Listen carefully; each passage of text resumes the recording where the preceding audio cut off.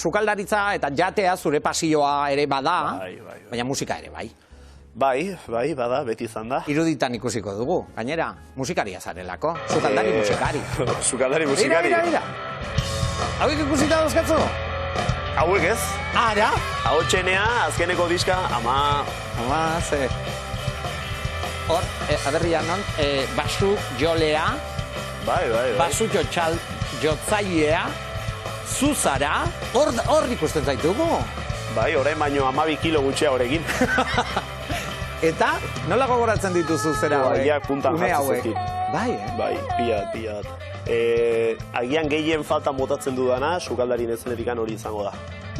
Musika jotzea, estenatoki batera igotzea ematen dizun zirrara horri, eta esango nuke ia edozein zerbitzu bizi dudala ia modu berean. Eta ez dakiten musikarengatik, talde honek izan duen erru horrengatik, baina bezero bat gure etxera sartzen denunean eretzako da kontzertu bateko introa jotzen hasten denunea bezala. Ez?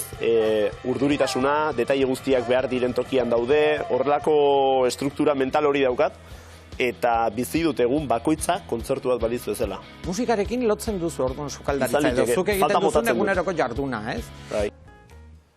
Ama jatetxea da, zure amagatik. Bai.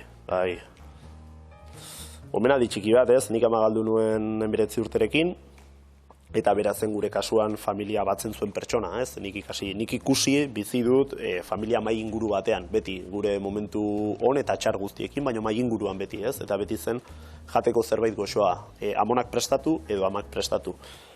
Eta uste dut, amak eninduen ez dautu sukaldari gixen, ama joan zenean oraindik ere ingenieritza egin gabe nengoen, baina berak bazekien zerbait egiteko gogoa banuela, baina amak esan zian bere momentuan nik ikasketak bukatu eta zen honean, ez dago nire gustoko ezer.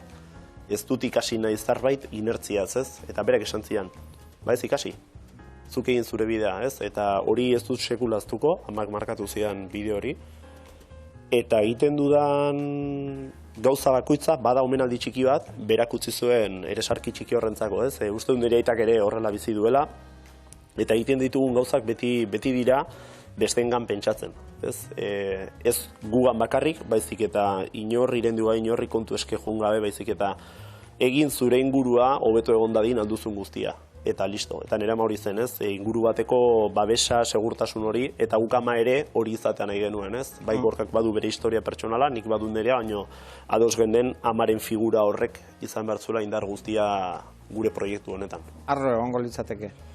Orain zauden lekuan zaudela ikusita. Uste du baietz. Ama izan danik ezagutu dan, kozinerarik onena, zuen dedikazio horrengatik. Ni gogoratzen dut, eta behitu musika ere nola lotzen dan hemen, nire ama igande eguerditan, aba, kriston volumenan etxe guztian, genuen etxean horrelako sistema eta altaboz guztiak, eta ni esnatzeko batzutan, jartzen zuen musika etxe guztian, eta bera sukaldean. Bera sukaldean, bere plater luzeak, bere errezeta luzeak kozinatzen, baina musika atzean zuela, ez? Eta nik badut horre irudi hori zorionarekin lotuta, ez? Orduan, niri hori egitea, zoriontasuna ematen dit, eta gogoratzea hori horrela zela, horrelako barruak mugitzen dizkit, eta uste dut badela niretzako indarra sukaldean aritzeko eta kozinatzen jarraitzeko. Zenbat aldiz egunean gogoratzen dugun ama, nik egunero, lanera noan bakoitzan, horregatik esaten dut, ez? Amaren eguna, nertzako amaren eguna da egunero. Nik amarengatik egiten dut egunero zerbait, ez, alde txiki bat, edo gogoratzen ez, ama horrela egiten zuen, edo hau esango zuen, edo horrelako umorea zuen, ama ikusten dut nire ekintza txiki guztietan.